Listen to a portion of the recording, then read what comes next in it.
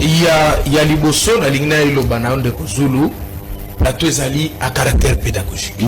Nandimi na sepeli makati ndeko na ngai ya reconnaître na tambisie quand même français azui le somalamu. Ya mi balé nzoka na ebaki te mu ya peli la promo français. Ndeko zulu que je suis professeur. École maternelle. Allez-y. Définissez la gestion. Et l'unique là qui sa gession d'ensemble. Et le komoko to gérant du sobibale.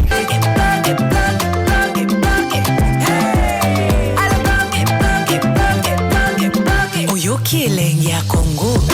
Tapez les mains, tapez les mains, tapez les mains, tapez les mains, tapez les mains, tapez les mains, tapez les mains.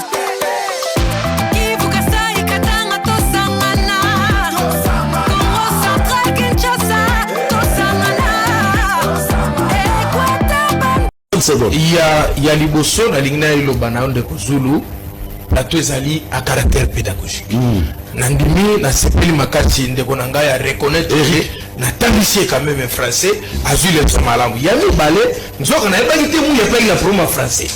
Ndeko zulu que je suis professeur. École maternelle. Allez-y. Définissez la gestion. Et l'unique là qui sa gestion d'ensemble. Et le komoko to gérant du sobibale. Alors ce que gérant du sobibale c'est que le comme il y a biso mi balé ne na tuni par de virunga ezala ya congolais ya biso ba congolais to ezala ya ba rwandais minéré ya Congo ezala ya sous région to ezala ya biso mo Congo poto bana ko gérer yango na bato misusu muya oyebi français te en tout cas au climat de chou ya bi balé muya lo bino côté sur la kisi ba ya ko visiter ko sur la taille ya mi balé ya mi balé de kosulu ba insister au tout na biso pour madame Kayibamba la plus grande et compétente du siècle. Dans intégration des groupes armés non étatiques. Et nous, qui se trouve sur la vérité, brassage et mixage. Oui, nous, comme un général Awa. C'est ça. Parce que, écoutez, c'est la vérité. Tout c'est la vérité. Brassage des groupes armés non étatiques.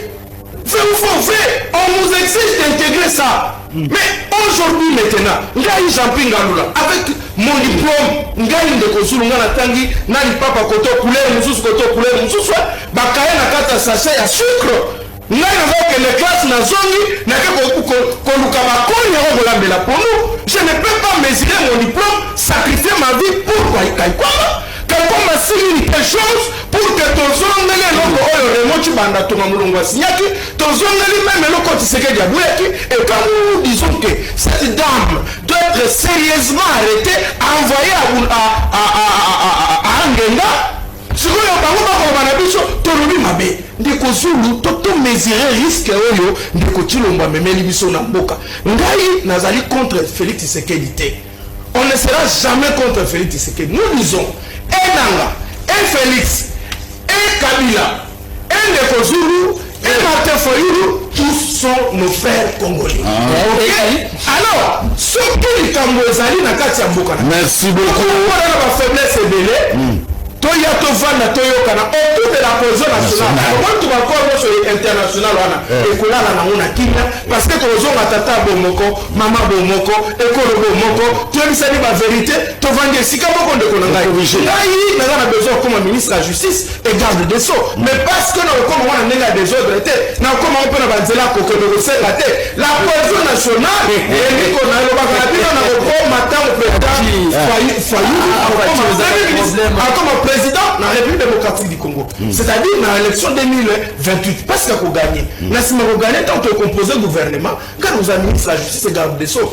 Pourquoi vous ont prêté mission d'intention? Tout le monde commence à la tête. Merci. Lorsque vous avez créé l'union sacrée, merci. Lorsque vous avez la consultation médicale, on va terminer l'émission. Jean-Pierre, merci beaucoup. Nous, il y a une minute de débat, mais pas parce qu'il y a qui matin après moi. Une minute. Pourquoi je me dis. C'est deux messieurs, n'a pas peur d'Angoko. Ah oui. C'est une question. 5 minutes aussi. D'abord, Ndeko Zulu, nga personnellement, N'habite to mérité ni pour okutana na bomu ina biso boy. Na nzela na biso na IDPS. Nzambo koka kolomola bato atona bokilité. Ba ya na bango te. Vous savez, lorsqu'on parle de la nation, to kolomola ba sentiment. Eloko liboso. Biso na kati ya IDP, na kati ya ECD la moka, to zoaki acte. C'est-à-dire, to yoki yango, to moni yango. Nous avons eu acte. Et puis to lobby, accord bien que to zui acte nango, mais l'accord présente insuffisance grave. Et nous souhaitons que face à ces insuffisances-là, il faut très rapidement, au plus tard le 15 juillet, toquer rapidement le dialogue. Alors, quelles sont les insuffisances? Il y a accord de paix, on a bien mis ça dans la canisse. La bannière au sa position. Après, on a un processus à Kinshasa.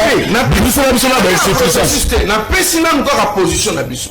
To zwaki yango, to fi acte nango, na sima ko acte, to lobby ba insuffisance oyo. Et c'est ngeli to kende na yango, to kende ko solola yango na kati ya dialogue.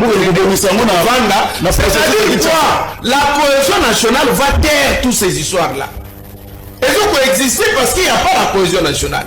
Dès qu'il y a la cohésion nationale, il y a un monde comme un mokonza na yo, na nga rappelé na ndeko na ngai yo. Ndeko bino bi balé ndenge bovandi ndenge wana, boyeba eloko moko na bomo na bino. Lumumba zalaki na mbulu ya biso tozana. Ba Ibrahim Traoré ba mbula na biso tozana. Na Sénégal, motozu bokonza zali na mbula na biso. Vous imaginez soit que réfléchir loko la biso na bino oyo bolelo. Est-ce que bamboka na bango ba jeune boko ba osope bokonza? Nous sommes aujourd'hui des jeunes de mauvaise qualité par une mauvaise réflexion. Ndeko yozo ko sala jale lotangi accordé. Et j'ai compris à mon avis ça vient de Rosou que ba joueur on souffre entraîner bango. Oyoki alobi wa ministère des affaires étrangères et ça la battle de Gonangai. Tout un ministère des affaires étrangères. Problème de cette journée ça va alors le sol congolais. Non, le sol congolais n'existe pas. Le sol congolais, ils ont raté. C'est un mot masculin, c'est le sol congolais. Il y a le proton de Gonangai. De Konsulu, tous les accords, il y a un accord moko bancal. Accord moko aberrant, absurde. Accord yo, ce côté yango bien, Congo ou tu peux beta partout. Na mboka oyo ya États-Unis. Accord les na faiblesse grave ya liboso. Mouvement ya FDLR. Est-ce que ça na Congo za na kati ya FRDC? Bazo pesa biso mukumba monene. Alors que mon bon mezana mukaka to solliciter M23 to potana nango ba ko bakse la biso ona ko ka moya ko bimisa FDLR amboka na bino boko mbisa bo neutraliser FDLR. Il y a mis balé le la faiblesse. Quand je suis à minérer la biso dans ma parcs nationaux. Et ça dépend de quoi ça. Est-ce que vous comprenez ce qu'on est en train de dire? Il y a mis ça. Nous signons un accord. Nakate accord, batuni batons sont mis ça pour basaler en messa ba au CP. États-Unis a CPI, Rwanda a CPI, nous sommes au CPI. Mais si quoi, nani a gagné, nani a perdu. Et puis ce qui est plus grave, c'est le Rwanda qui nous menace de respecter. Vous comprenez? C'est Rwanda, on doit gagner. Il y a un sima au CPI là, président a vraiment menacé sur le but, si vous mettez contre cette voyez Bangaï. Nous avons la conférence de presse. C'est ça. Si vous mettez en conférence de presse, on est nous menacés. Vous savez pourquoi? Madame Kaïkwamba, c'est une grande incompétente au sommet de l'État. Mouya bâti la moulon.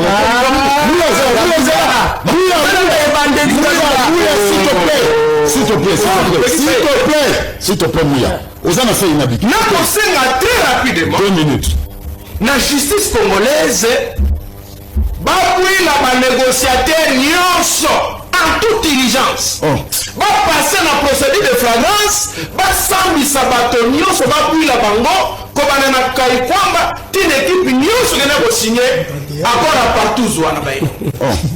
Parce que yo, ils ont eu un moto na makoloté. Maman Kaïkwamba, ba mouli monokolo wa tabanya kuti savon, tokosi sa guerre mon colonie. abimi kuna atire bolobate Mouya est ici. Voilà briefing. Oui, Mouya est ici. Dites-moi Mouya, pose la question à Mouya. Est-ce que bien aussi la colonie, dès que nous sommes en droit international. L'avantage que nous avons étudié les droits. Nous sommes en droit international. Lorsqu'on signe les accords sur un conflit, notamment en Détibiso Tozana Yango, la première des choses, on commence à tabler sur les résultats immédiats.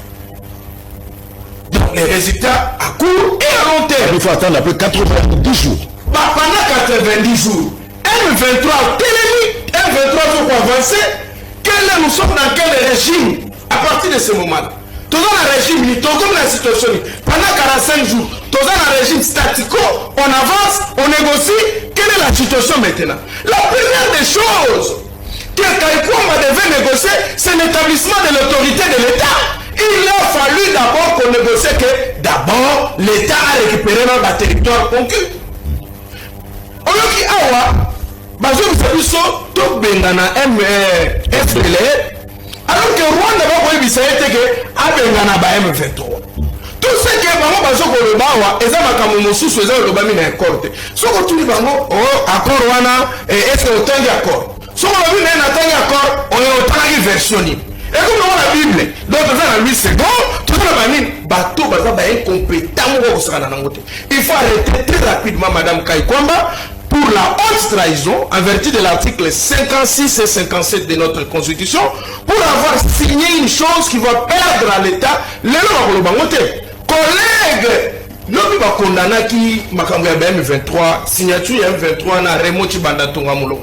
À l'époque, lorsque nous avons dit que Raymond Tshibanda Tungamoulon, aucun qu'on signe l'Ivoire à Congo, mais on a dit sauter. On nous avait dit quoi, pour la opposition, c'était le même discours qu'on tient aujourd'hui. Mais maintenant, qu'est-ce que nous allons dire à la langue? Merci beaucoup. Mais Mouya Alobi Yamabé à cause du chef de l'État Makambo a sali outrage na chef de l'État na propagation de faux bruits. Alobi Félix Tshisekedi a coutaki armée na biso et yakobeba makasi. Mais chef de l'État le baki tanga ozobokozi va tout au côté armée ndengeni. Alobi na côté armée structuré bien organisé.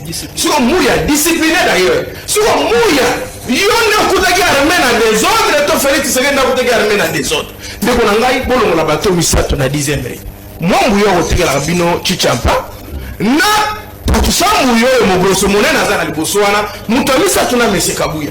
Soki balongo na idépressité, nous aurons que des genres de réflexions comme ça. Merci. Alors nous allons dire en conclusion pour nous décider la Mouka, nous disons peu importe ces faiblesses-là, nous considérons que... Nous considérons que... Merci. Merci Vinicius. On a beaucoup de Belgique qui va se payer pour voir la nommée de Belgique. Même la Maison Blanche, Augustin Kayemba, télévision, mon nez n'a qu'à Luka Médanger. N'a qu'à Luka. Ouais, télévision, mon nez, même na Moamba, na place à résistance, na biso. Ma place sur la résistance, va être écran miné. Surtout avec les lieutenants. Merci beaucoup. Alors, un président qui dans 4 ans, il a passé 44 nuits dans 144 nuits dans son pays. Je l'appelle président. Yozaki, on a pu passer 144 nuits. Attends, Tshisekedi dans 4 ans a effectué plus de 170 voyages. Moyenne à voyage à Tshisekedi a laissé ces 5 jours. Faites les calculs. Faites les calculs, 4 ans, combien de jours? 175 voyages multipliés par 5. Hein? Et vous faites des calculs, vous faites de la soustraction par rapport au nombre de jours qu'à 4 ans. Vous allez voir qu'il a passé 144 nuits seulement au Congo. Donc tu sais que c'est un visitaire à l'Arabie Saoudite. Je ne comprends même pas pourquoi on est président. Un président, c'est celui qui vit avec son peuple. Il comprend les soucis de son peuple. Lui, il ne vit pas avec nous. Il n'habite pas Congo. Lui, son adresse, c'est la... Trump, il a dit quoi aux Congolais? Il a dit, si vous voulez la paix, va falloir me filer vos richesses. Hein? Donc il impose un deal aux Congolais qui lui offre le contrôle des minerais. C'est ce qu'on appelle du racket, tout simplement. Hein? Parce que d'abord, l'Occident, l'Europe aussi d'ailleurs, a sponsorisé le Rwanda, les rebelles, la guerre à l'Est, pour piller les minerais du Congo. Et ensuite, ils viennent proposer la paix des voleurs et même ramener des mercenaires américains pour contrôler les mines des Congolais. En Ukraine, effectivement, ils font pareil. Hein? Vous voulez un soutien? Écoutez, vous allez nous céder vos matières premières, au Moyen-Orient aussi d'ailleurs, hein, de la Libye à l'Iran, passant par l'Irak, chaque pays, tout pays qui veut contrôler son gaz et son pétrole se fait attaquer, se fait bombarder. Même les Palestiniens aujourd'hui se font dégager pour avoir un accès pour voler justement leur gaz. C'est ça l'impérialisme. Hein, on le sait très bien, l'Afrique n'est pas pauvre, l'Afrique est appauvrie. Et cela crée aujourd'hui de la colère. Et si l'Europe ne change pas d'approche, nous serons chassés avec le goudron et la plume par les Congolais, par les Africains. Et c'est là où il y a une responsabilité de ne plus suivre cette politique impérialiste que nous avons suivie en soutenant les rebelles, le Rwanda et d'autres impérialistes comme les États-Unis. Voilà, je suis tombé sur un document, Jean-Marie. Les Mobutus et leurs enfants, je ne sais pas quel mal les Congolais leur ont fait. Quel document? Vous trouvez normal que pour une réhabilitation de 3 km, 0.2 km, 3.2 km, qu'il y ait une durée de travaux de 24 mois? Ça veut dire quoi? 3 km? 3 km 3000 mètres. 3000 mètres, il faut 24 mois. Et pourquoi? Qu'est-ce qu'on fait en 24 mois? Vous pouvez nous aider? Travaux de réhabilitation et modernisation de 3,2 km de l'avenue Kabambare. Durée des travaux. 24 mois. On fait quoi à 24 mois? Faites le calcul, si vous faites le calcul, ça dit dans 24 mois, c'est-à-dire par jour, il travaillerait au moins 50 cm. Faisons le calcul. Bon, on a compris, merci.